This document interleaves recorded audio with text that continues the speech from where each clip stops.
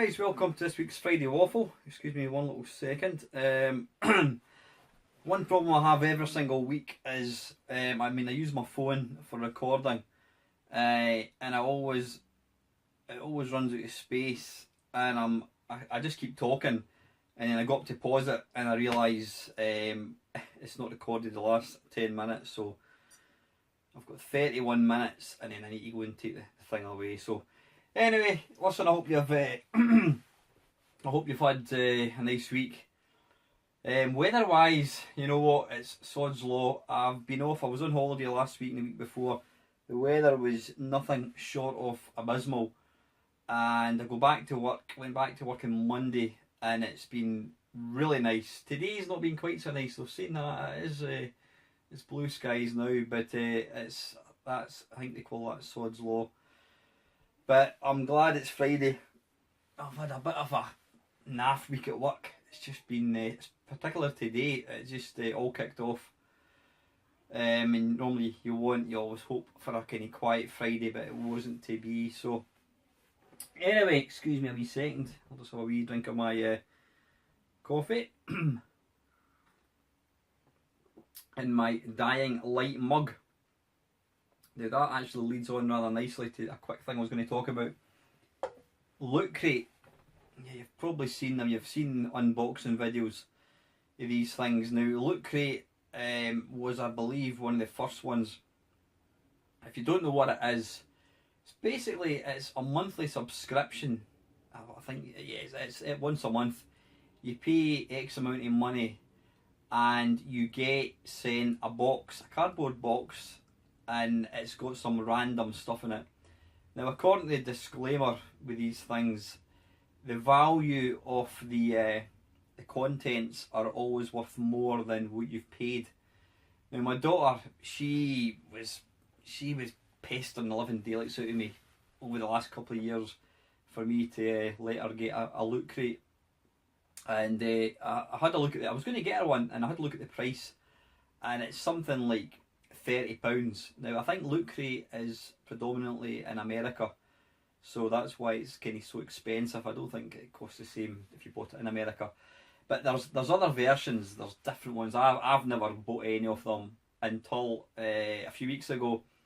I was down in Blackpool at the play event, and I took some money to spend, and I never spent a penny on myself other than food. I never bought anything at all. And just as we're leaving, my daughter and her pal, they were there. I thought there was a guy selling, I can't even what they're called. Basically, it's a Loot Crate box. So I bought two of them. They're £25 each. And yeah, she got them. Well, we got them home, and her stuff. Where's the thing? One of the things that she got. In fact, let's have a look. I've got a few of the things here. Oops, I've just dropped something, I think. I don't know what I dropped. Is it his weapon? One of the things that she got is this. It's a Halo 5 model. I don't know if you can see that. Now, I'm not a Halo fan at all. Got to say, it's actually quite articulated. The legs spin round like so. The foot moves. Does the front of the foot move? No. Oh, it does actually. Look at this. That's quite cool. The actual front of the foot. Oh, wait a minute. Trying to show you. The front of the foot does actually move up and down. So it is fully articulated. Even the hands turn round. It's a nice thing if you give two shits about Halo 5. I don't. So I've got no thing for this at all. Yeah, so we got that. We got Titanfall rubber gloves, or PS4 thumb grips I should call them. Couldn't give a shit about that. I got an Elder Scrolls keyring. I got some, what do you call them? Yeah, dog tags for Skyrim. Couldn't give two smegs about that. And I got a Fallout wallet. Yeah, and also, the only thing that's good is my Dying Light mug. And it got me thinking. I thought, well, that's the first sort of Loot Crate thing that I bought And my daughter's not interested in any of the stuff that came with it. So yeah, I don't really know what person, what the what's the phrase for it? What the sort of target market, the demographic. That's the word I was looking for. That's a good word for a Friday night, especially since I'm so tired. What is our target demographic with these Loot Crate things? Because the problem with them is completely random. I think they give you a rough idea or a genre of each one. So one month might be Star Wars related. Next month might be, I don't know, Marvel comics, whatever. But yeah, it's, you know what, if it was £5, then you would say, oh, that's fantastic, that's really good. But you know what, 25 quid for something, basically it's a lottery as to what you're going to get. And in the case of this, it's shite I'm not interested in. So yeah, Loot Crate. Then you guys actually subscribe to them. I know Big Chris Ashank, he was getting, it's a kind of a British version, I don't know what it's called.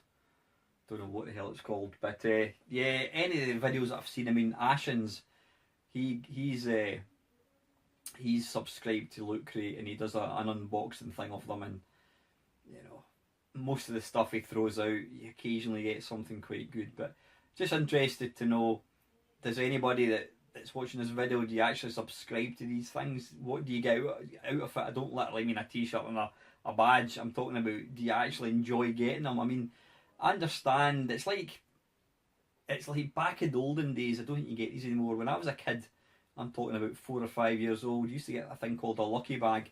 Now a lucky bag was quite literally a paper bag, and it had a little toy. It would have maybe bubble gum, a couple of sweets. There were always these little heart-shaped sweets, or like chalk, and they were disgusting. You basically got a handful of wee things, and you always got a wee toy, you know, a spinning top or a balloon, you know, some crap like that. But these things only cost 5p. But as a kid, I loved them because you thought you don't know what you're going to get. It was quite exciting. But you know, if a lucky bag nowadays is going to cost me 25 quid, they can just do one. So anyway, Loot Crate things, what do you make of them? Are they worth their money? Do anybody watching this actually subscribe to it? Let me know what you think of them, guys. Second thing, before I forget, I think I showed off in the Friday Waffle maybe 3-4 weeks ago. I bought myself a, what do you call it, a drone, a little drone thing. It cost me 30 quid. I think it was £28 from China, and I thought it was excellent. I thought it was really, really good. I even sent off and got some extra batteries and what have you. Well, I'd had it 2 weeks, and I took it along to the park about 3 weeks ago, and it wasn't windy. Well, it was maybe a tiny wee bit windy, but I set this thing going, and it went up and up, and then the wind started to catch it, so it started to get further away from me. So I tried to put it into sort of maximum forward thrust, and it didn't matter. It was still going in the wrong direction, and eventually I gave up, and this thing just took off, and I've never seen it since. I had a kind of rough idea where I think it might have landed, so I went and had a look, couldn't find it. I went back I went back that night to have a look with a torch, couldn't find it, and I went back the following day for the third time to have a look for it and couldn't find it. So yeah, that is my one and only experience of a drone. I won't buy one again because, I mean, as much as I loved having it, it's just made me realise how easy these things, especially cheapo ones like that, because they're so what do you call it? They're so light that it's so easy to use it. Saying that, a guy that I work with, he has got a super duper high tech one, a really nice one. I mean, I've seen this one that he's got. It's fantastic looking, and he did have one before that, which cost him a couple £100, and he was doing some videoing for a mate, I think it was, and it landed in the River Clyde, and he never saw it again. So I don't feel quite so bad thinking I've only lost 30 quid rather than 200 quid. But you know, the annoying thing was, I would much rather it had crashed and broken, and then that would think, well, it's gone, forget about it. But for the couple of days after it, I couldn't get it out of my head thinking it is lying somewhere, it's in bushes somewhere, it's sitting somewhere, but could I find it? No. The problem was where it landed, there's a lot of trees and bushes and there's really long grass as well, so the chance of me finding it was, you know, virtually next to nothing. So that is my that's my drone thing gone, never to be resumed ever again. So how are we doing for time? Right, we're 10 minutes in, we're okay. We're still good for another 20 minutes. Right, the only topic I have got to kind of talk about, I mean, I've got plenty of questions, which is excellent. The only topic I've got to talk about, it was, I put a video out, I can't remember what the video was, doesn't matter, I put a video out this week, and somebody commented about this particular game, how when they saw it, their jaw hit the floor, and it just defined, you know, what they knew, or it basically, so what am I trying to say here, it kind of raised the crossbar for what they thought like their old 8-bit computer could actually do. So I've just called this what games were the defining moment in your life when you realised just how amazing your computer could be. Now in my case, I'm Commodore 64. You know, I got that. When did I get the C64? 1983. I'm trying to think. For the Commodore 64, there was a couple of real, you know, holy shit moments when I first loaded the game. Probably the first one for me was when I got Summer Games on the Commodore 64 by Epix. My mate had it and I bought it on disc, and you know, compared to what was out there, this just, it was in a different league. You know, everything else was Sunday Pub League. This was Serie A in Italy. Yeah, this was the Premier League. It was just awesome. The animation, I mean, you know, before that, games were quite blocky, and like my mate had the Spectrum, and it was like on a tape. And here it was a game that had multiple levels, had multiple disciplines. It saved your high score to disc. It just felt so high tech. So that was one major one. The next one, for me, probably the biggest one, I think, on the Commodore 64, I would have to go with Way of the Exploding Fist. Again, you know, there was a couple of, I mean, what did I have? Beat 'em up wise, I had not Kung Fu Master, Karate Champ. Yeah, it was I don't think it came out in the UK, but I had a copy of that on disc, and you know, that was fine. But I can still remember getting Zap, opening it up, and there was this absolutely glorious screenshot of two Kung Fu guys standing against a bright yellow you know, landscape, and there was this little Buddha who was obviously kind of the referee sitting down. You know, the graphics just looked incredible, they really did. And then I proceeded to read, I read the review, and it was just like, it just like, my goodness, I can't believe that this game exists. So I contacted, I mean, this was before any of the big retail shops, like in Scotland it was John Menzies.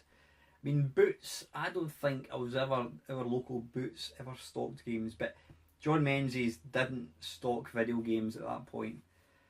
So the only place I could get video games was either through mail order, which I never ever did. Never bought a game in mail order ever, apart from my first game for the Texas T199 TI, sorry, 99 4A, I think it's called, yeah. So yeah, I never got any games for the C64 in mail order. The only other place I could get them was a little independent computer shop, which I've talked about on multiple occasions, so I'm not even going to talk about it. But it was basically it's a little computer shop owned by this guy. So I bombed it up on my moped up to the computer shop and to ask him, you know, when are you getting Way of Exploding Fist in? And this was like, I think, the Saturday. And he's like, oh, we're not getting it until the Wednesday. I mean, it's still etched in my brain that it was a Wednesday that I got this game. That's what such a big impact the game had on me. So the next, I think I was off for the summer holidays at that point. I can't remember. My memory might be playing tricks on me at that point.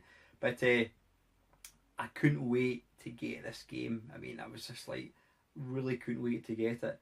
And then my mate who was coming down to see me, he used to come down every morning down to my house, and we would play the computer generally and go out and basically make a nuisance of ourselves.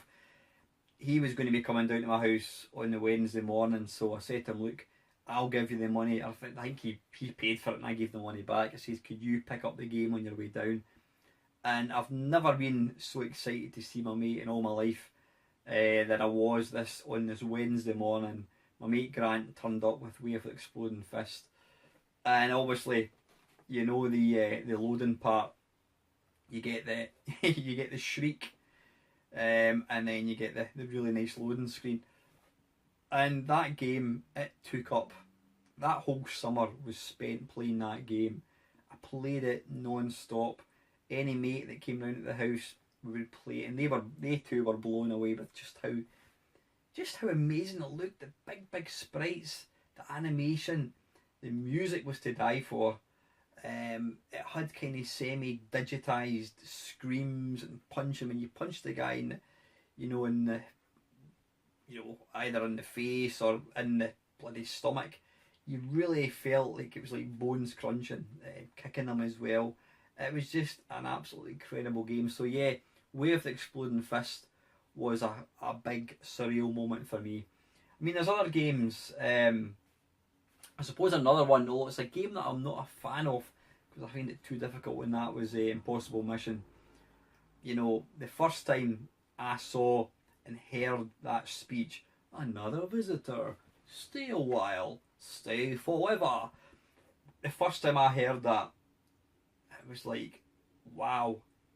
And then you wanted to just die to then hear it again. And even now, when you hear it, it is astonishing. It really is. And the animation of the guy was just incredible. But I never really liked the game. I always thought it was kind of bizarre. The animation for him, the actual main character, was incredible. But I always thought that the actual levels looked a bit kind of plain in comparison to the animation of the guy. You know, it didn't look that good, but it was the difficulty for me. I just couldn't play it at all. You know, I was crap at it. So although the graphics and the sound was amazing, the game itself didn't really blow me away. Other games in the C64, I mean, there's plenty of games that I love to bits. Plenty of games. I mean, Uridium. The first time I saw Uridium, I thought that was amazing looking, but it never really grabbed me. The next game would be on Atari ST, and it was the very first game I got to see and play in Atari ST, and that was Arkanoid. My mate and myself had decided we were going to save up and buy an Atari ST. Now, I had no means of buying it. In fact, what I was going to do is I was going to buy it on HP hire purchase. But my mate, he was always quite spoiled when it came to computers. So his mum and dad had said to him they would buy him one, and I think he paid it back. But anyway, you know, I didn't know that he was getting one, and we were sat this one night in the pub, and he says to me, oh, I was going back to his house to crash out. That's what he did back in the 80s. You went and stayed at your mate's house, crashed out on a blanket or on a mattress on the floor. So this one night, I was going back to his bit, and he said to me, oh, I've got this surprise. I'm like, what do you mean surprise? I'm like, what are you going to show me on a Saturday night that I'm going to be surprised about? And we got into his bedroom, and lo and behold, there was an Atari ST running Arkanoid. And even now, just if I close my eyes, I can see it. I can see it in my head, walking into his room, and there was this computer with Arkanoid running. And it was just like the most amazing looking game I'd ever seen. You know, it sounds, if you're only 20 years old, you're probably thinking, what the hell is this old guy talking about? You need to understand, you know, the games that we were playing back then, to go from blocky, pixelated graphics to something that looked as beautiful and colourful as Arkanoid was just absolutely insane. So there was that, and then there was, I mean, like Barbarian. I don't mean the Palace software when I'm talking about the Psygnosis one. The game itself wasn't that great, but there was an opening scene where you see the guy basically like a crack of lightning, or a crack of thunder, I should say, and a flash of lightning, and he cuts this chain with an axe. That was a bit of a wow. But yeah, Arkanoid and Atari ST was another seriously defining moment in my life, as you know, as far as computer games went. I'm going to turn the light on a wee bit. It's getting. Oh, hang on a second. I don't want to turn up too bright. So yeah, the funny thing is, I can't think of any game. Yeah, there's been thousands of games that I've played since then. I got my Amiga, I got my SNES, I got my PC. I mean, Doom, obviously. Seeing Doom for the first time was quite amazing. But no, it was really Way of the Exploding Fist on the Commodore 64 was this was like, wow. Seriously, wow. And it's probably part of the reason that I'm still sitting here talking to you somewhat, I don't know, 30 years later. And then I says Arkanoid on Atari ST was just a seriously wow moment as well. Absolutely amazing. So yeah, was there what particular game? I don't mean what game was your favourite, because you know I've got plenty of favourite games. What game that you saw and you just thought, holy shit, this thing has just been ramped up. You know, computers were here and now we're up to here. You just realise just what an amazing thing you were getting into. So I'd be interested to know what games really were the big wow moment in your life. Now, as I was talking there, I was thinking about something else, and I thought I need to mention that. Yeah. There was a comment on. I've got a feature called "Is this possibly the worst game ever?" And it's just exactly what it says in the tin. I basically pick a game that, well, to my mind, it looks and plays terribly. Doesn't always happen. There's been games that I thought look awful, and I've changed my mind by the end of it. Now, there was one I picked this week. It was a karate game. I can't remember what the hell it was called. And somebody made a comment, and it got me thinking. And somebody else made a comment tonight, actually, you know. And what this guy basically said was, you've got to remember that the person that wrote these games was probably really, really proud of themselves for what they've achieved. And you know what, he's absolutely right. When I make these videos, I mean, I would absolutely be distraught if I thought that I featured a game in one of my videos and I was basically saying what an awful game it was, and that person happened to watch it on my video channel. I know it's highly unlikely that's going to happen, but I would be distraught if I thought I upset somebody. So I just want to kind of put the record straight. I mean, it's easy for us to sit here in 2017 and laugh at games from 1983. I mean, you had to be there. You had to realise that probably about 99% of games that came out in the very early days were absolutely shite. But back in 1983, they weren't shite. It's what we had. I mean, you know, people they play the Xbox One, if they had a PlayStation, you go back and load up a PlayStation game, load up Tomb Raider on the PlayStation, and you'll see how bloody awful it is. It's clunky, the graphics look shite. So, but back then it was like cutting edge. So you've got to remember that, you know. So when I make these videos slagging off games, it's purely for entertainment. I'm completely in awe of anybody that can program a game. I cannot program to save myself. So somebody who can write a game, supposing it looks the worst game ever, and it's in basic, you know what, hats off to them, because I couldn't do what they do. You know, they are infinitely more talented when it comes to programming than I am.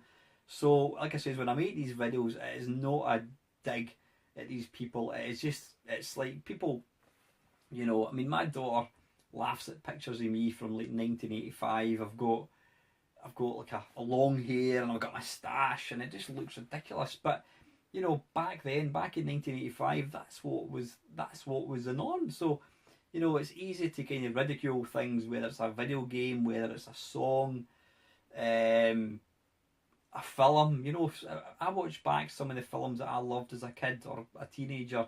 I watch them now and they're pretty diabolical. But again, you've got to appreciate they were a product of the time, and you've always got to bear that in mind. So anyway, yeah, so if you happen to ever watch one of my videos and I'm slagging off a game that you've written, please don't take it personally. It's not a dig. It's just, it's entertainment, you know what I mean? And it's, like I said, I've got every respect for anybody that's ever written a game, because you're 1,000 times better than I'll ever be. So, yeah. Right, I've got 32 minutes to wrap this waffle up. So let me just stop that. Reset that. Oh, wait a minute. How did I reset it? Wait a wee minute, guys. Timer. Chrono, that's what I want. I want to reset it, so hold that in. Oh, that's the wrong thing.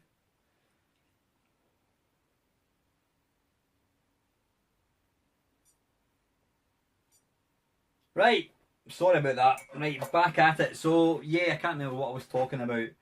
But anyway. Right, question time.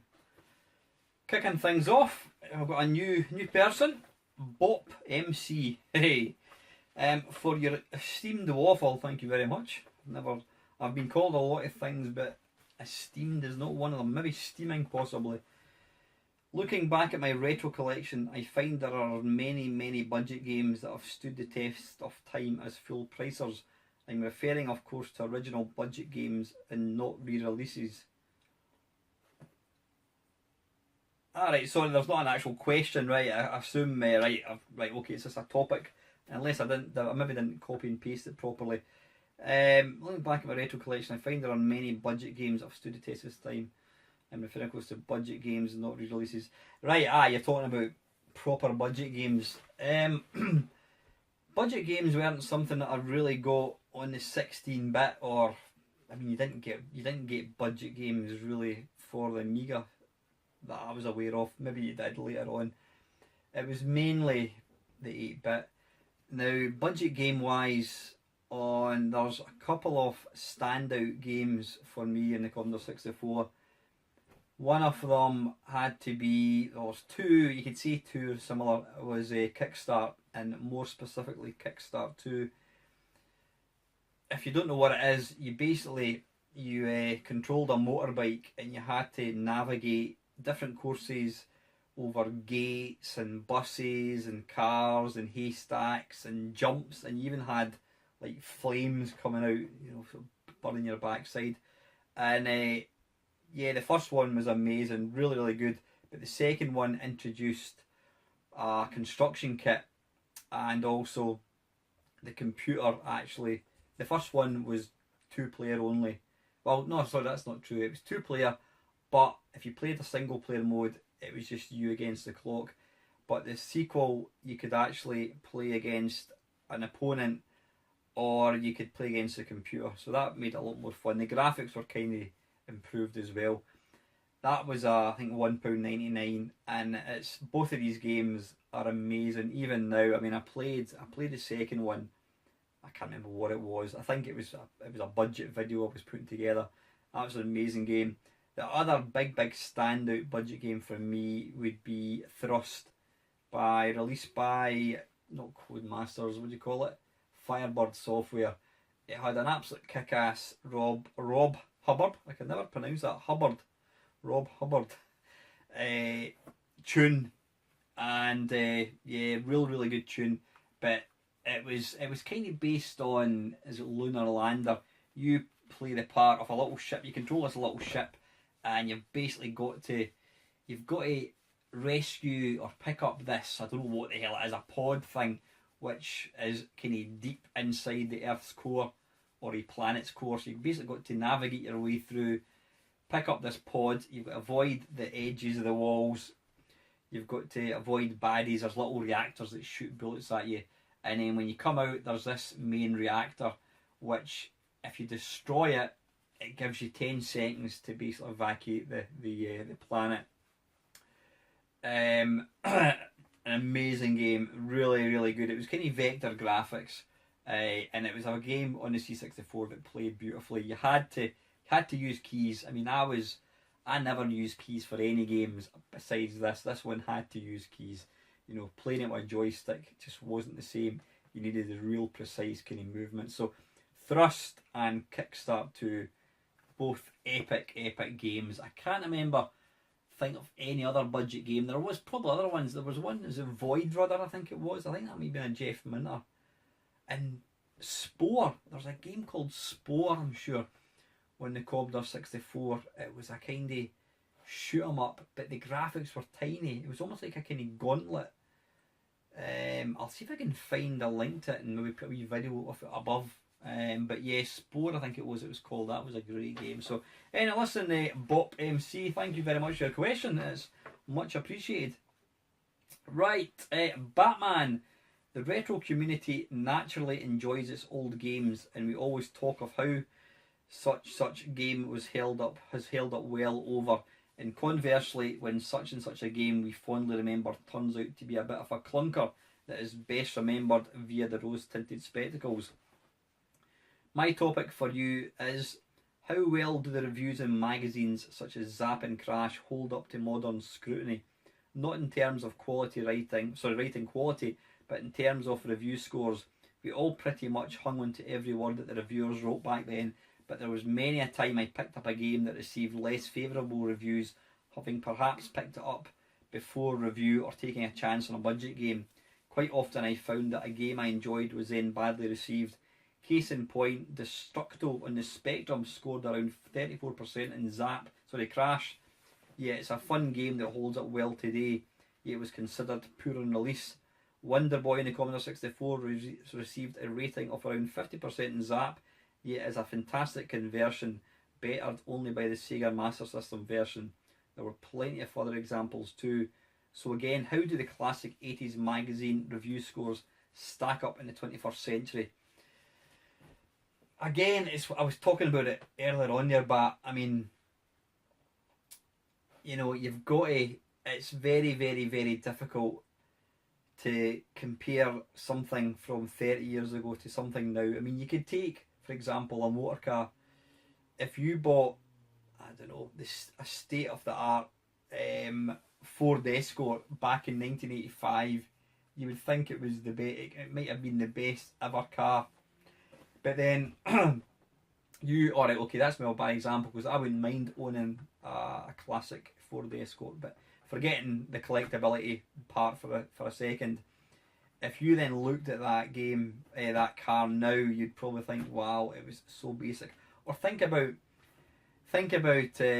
when I got my 32-inch widescreen television, this big CRT with surround the sound speakers and what have you. It was like the most amazing TV ever, and yet now you would look at it, you wouldn't want to have it in your house. So it's very difficult. So to look at reviews, I mean, I think the reviews still stack up. When they said a game was amazing, that game was amazing for its time. I mean, there was I've got to say, most of the games that Zap rated, I thought were good. Yeah, there were some games that I wasn't a fan of.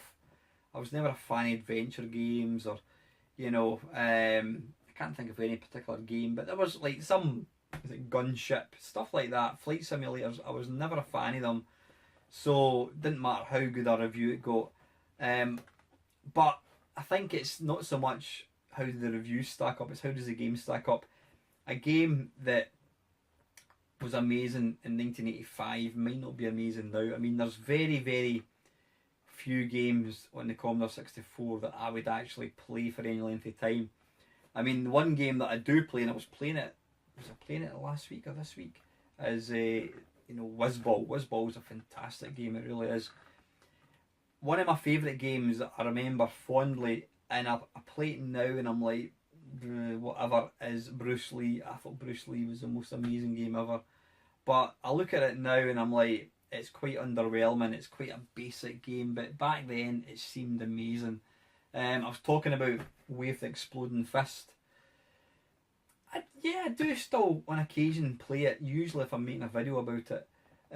But there's, I mean, if I was to try and name you games that I would play now on the Commodore 64, Whizball, Super Pipeline 1 and 2, love Super Pipeline 1 and 2 bits.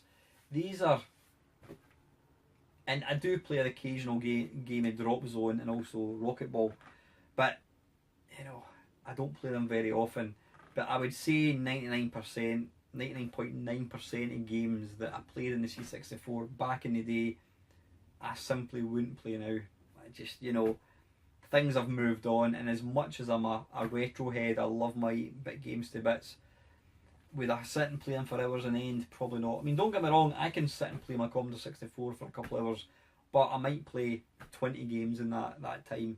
It's very rare that I can put a game on and play it for any length of time. So, yeah, I think the majority of games that were given amazing reviews, I mean, like, not Raid Over Moscow, would you call it? Beachhead 2 got rave reviews in Zap.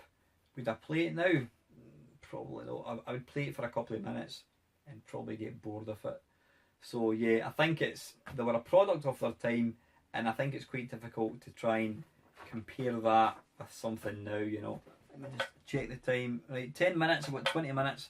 Time for a quick cup of tea. But anyway, Bat, thanks for your question as always, buddy. Right, next one. Down the rabbit hole, Kev. Thanks, Kev. I just spent 20 minutes trying to get my wife's Android phone to look the way it was before the operating system upgraded. What a headache. Do you provide IT support in your family? Yeah, you better believe it. I mean, I do regard myself as, I'm fairly technical when it comes to computers.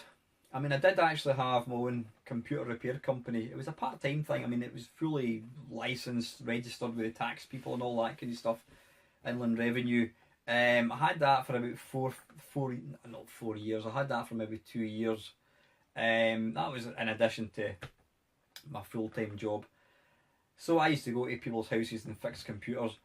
But, I just got kind of pissed off with it. I was never, sometimes you could be there for hours and, the money you were getting wasn't that great. But yeah, to answer your question, Kev, absolutely. I am the most technical out of my family. So anytime there's a problem with a computer, it's me that gets the phone call. Any technical stuff, it's always me that's got to go and fix it.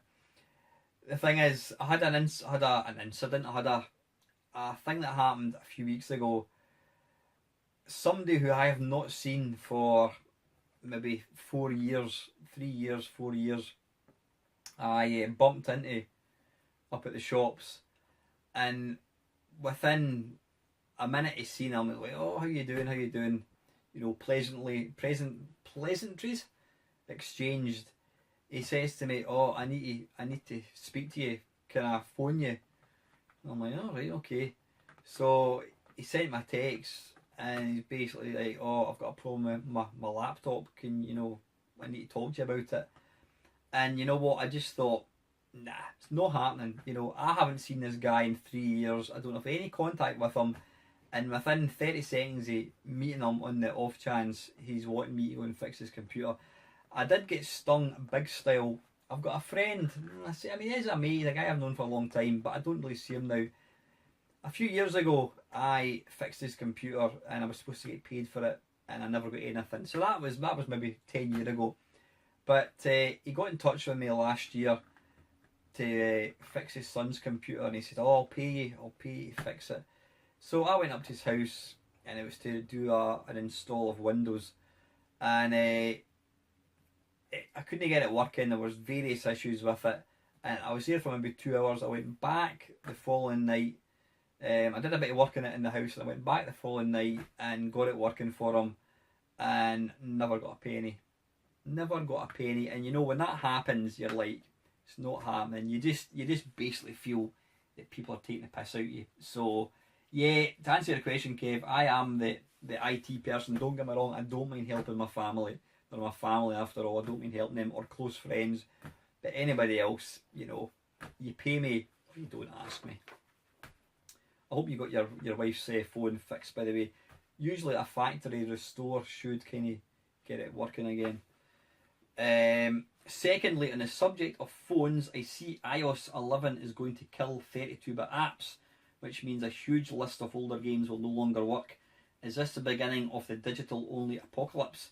Do we just accept that vendors who sell us digital-only software will one day throw support for it out the window, or did that already happen a while ago? Yeah, I bought all the Lamasoft games on iOS, and when I got my iPad last year, the first thing I wanted to do was download all the apps, and lo and behold, they're no longer available. And it's because Apple charge developers or publishers, whatever you want to call it, money for their apps to remain in the App Store. Now, after so many years, people are not making any money from their apps, and it's costing them, is it about 100, well, this was a few years ago, about £160 a year to have their app on the store. And when you consider they're not getting any income from these games, apps, whatever it is, where is the incentive to for them to pay the £160? So I totally get why developers don't renew the license, but the annoying thing is it means that people who've bought the games, apps like myself, cannot get access to them. So it's, you know what, Kev, I think it's just one of these things. It's something that we've got to accept. That is just the way this whole thing works. I don't agree with it, but you know, that's just the way it's going to be, mate. So just check that's still recording. Yep, still recording. How are we doing for time? Right, 15 minutes. I want to get this finished. That was secondly. Yep. Thirdly, on to happier news. Have you heard that Jeff Minter is making Tempest 4000? I absolutely have. I'm delighted to hear that. I mean, he's making it for Atari. Now, obviously, we're talking about the Atari console. Atari doesn't exist. You know, you need to get that out of your head right now. Atari that were established in Sunningvale, California, they don't exist. All the guys are all old men. They don't work for Atari anymore. Atari is merely a name. And they're probably going to bring in programmers, whatever, so we'll see how it works out.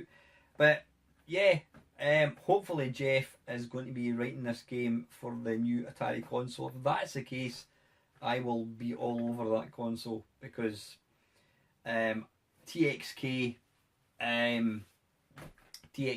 is available obviously for the PS Vita. I was very, very lucky to actually get when Jeff was making it for the PC and it was subsequently pulled. I was very fortunate to get a beta copy of that, and I've got to say TXK in the PC is the dog's bollocks, but sadly it was never released. But yeah, I'm looking forward to that. You know, Tempest, Jeff Minter and Tempest, you know, awesome. And finally, I was discussing game tokens as opposed to coins for arcade machines the other day, and wondered how many arcades in the UK switched that to currency back in the day. Game tokens, I don't think that was something that happened, Kev. Now, like I said, I didn't live near to any arcades. Not living in the coast, I wasn't close to any arcades. I don't remember any arcade video games taking tokens. No, I don't know. Maybe it was just the arcades that I visited, but I don't ever remember that. It was always coins. So yeah, possibly if anyone's from the UK watching this and you remember arcade games taking tokens, please comment below. But I don't know whether that was just a Canadian thing or not, Kev. But anyway, as usual, Kev, thanks for taking time to answer, give me some questions. I need to be quick, guys, because I'm running out of time. I've got about 12 minutes. Right, Ian Hunter, thanks, Ian. Don't feature this question, Alan, if you think this topic is unsavoury in any way, but the number of retro gaming channels that are now asking for Patreon support seems to be an increase. I watch channels like your own for pleasure and nostalgia. I've got no problem with channels asking for financial support, but do you think this is the way, and this is in any way spoiling the hobbyist element of retro gaming and YouTube? You know what, Ian? I've always maintained I will never charge for my channel. It's something that I do for a laugh. I do it because I enjoy it. I enjoy the banter that I get. I enjoy the fact that people like yourself take time to ask me questions. You take time to enjoy it. You give me feedback. But, you know, I used to kind of think, that's not right. But you know what? At the end of the day, a Patreon, it's not you give me that or else. People like myself, we do this because we enjoy it, but we don't charge for it.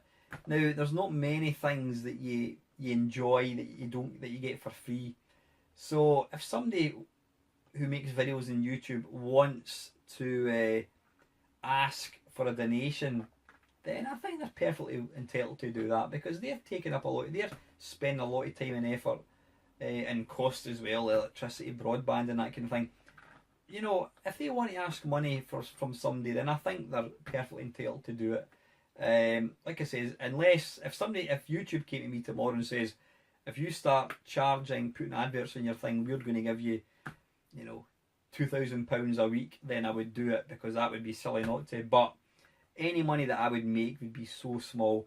If somebody commented to me today or tomorrow and says, I would like to give you some money just as a thank you for your channel, you know what, I would absolutely accept it, but it would all go to charity. You know, I don't want to make any money out of this. This is a hobby for me. So thanks, Ian. I says it's not, Patreon isn't something I'm going to do. A few of my friends do have it. You know, fair play to them. We're all entitled to do what we want.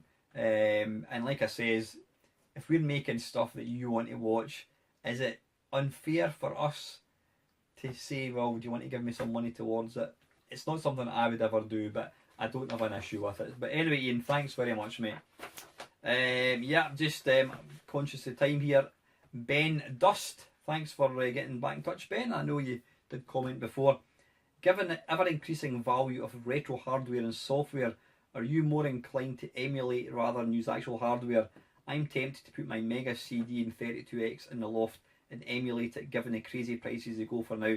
But then again, that seems to defeat the point of retro collecting. I've got more emulators than anyone, or you know, I've got emulators coming out my arse basically. I've got a ton of systems. I always like to play the real hardware.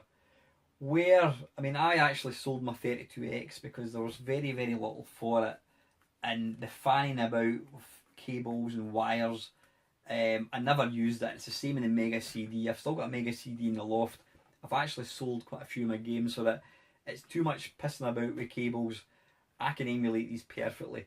So if I can play hardware easily enough, then I will. I mean, I've got all these different systems set up, then I absolutely will. But when it's too much hassle, case in point, Mega CD, 32X, then I will gladly emulate it. I mean, I might get to a stage where I just decide I've had enough and sell everything. But yeah, I'll always be retro hardware to begin with. 9 minutes, you know, but then I might come to a day where I think, nah, enough's enough. So anyway, I hope that answers your question, Ben. Apologies, by the way, guys, for rushing through this, but I don't want to run out of any more. Right, Panther UK, you're the last survivor on a space station millions of miles from home. Everyone is dead, life support is failing, and the alien horde is closing in. You manage to get power to lift and make it to the landing bay. There are 3 ships there, the one from Gradius, the one from Slapfight, and the red one from Dodonpachi, all ready to launch. Which one do you blast your way to freedom and why? Brilliant. Ah, bloody hell. Gradius, one from Gradius. I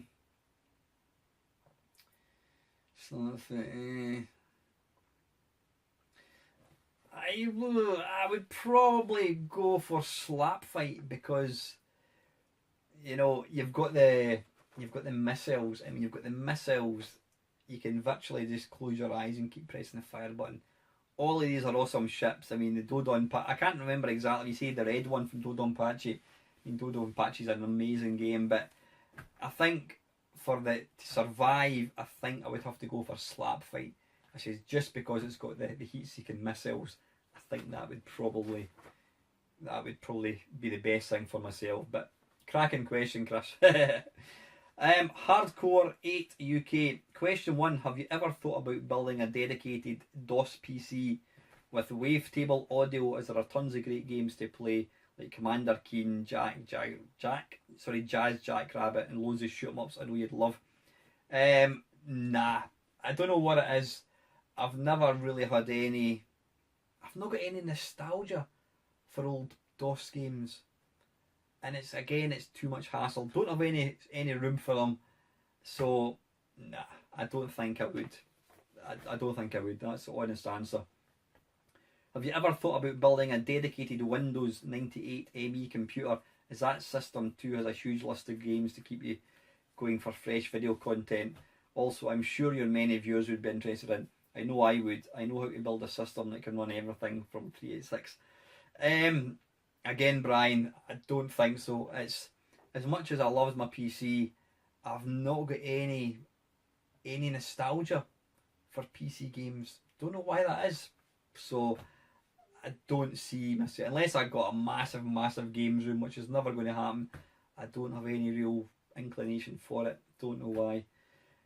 Number 3, you mentioned once you had a PC back in the day. What was the spec of it and how many times did you upgrade it? Well, I've still got a PC now, Brian, which I use. It's about maybe 3-4 years old. I spent about 600 quid on it. Don't ask me. It's a T7. I've got 16 gig of memory. It runs Overwatch on 1920 by 1080, is it? I don't really play many games, to be honest with you. I gave up the PC upgrading a long time ago. I just remember way back I bought a £200 graphics card, and within 6 months things were sort of juddering, they weren't running smooth, and I read a review online and it was basically a good budget graphics card, and I thought, bollocks to that, I'm out of here, I will stick to consoles from now on. So yeah, I've got 5 minutes, guys, so anyway, listen, thanks for your questions, Brian, and I'll see you at the computer club next week, hopefully. And finally, Mr. Doug Scullery. Thank you, Doug. You want to create a brilliant retro 8-bit game to run on old style hardware, so you recruit 4 programmers from back in the day to form a supergroup. Who would they be? Pick one each to work on graphics, sound, original gameplay, and the 4th is in charge of constantly nipping out to 24-hour garage to buy Mars bars, pot noodles, pizzas, and other programmer essentials. Brilliant question. Graphics. Well, sound. Let's do these one first. Sound would have to be Martin Galway. Love Rob Hubbard, but Martin Galway to me was the main man. Original gameplay, I think I would go for Andrew Braybrook. Yeah, Andrew Braybrook, because he just came up with some amazing games. Uridium, Paradroid. What was that? Gribbly's Day Out. He was the main man. I mean, graphics, he was an amazing graphic artist as well. I think graphics, I would probably go for Archer McLean. Oh no, wait a minute. No, you know what? Oh, I'm going to change that. I feel bad now. Graphics would be Andrew Braybrook, Oblique Archer McLean. That, you know what? I'll go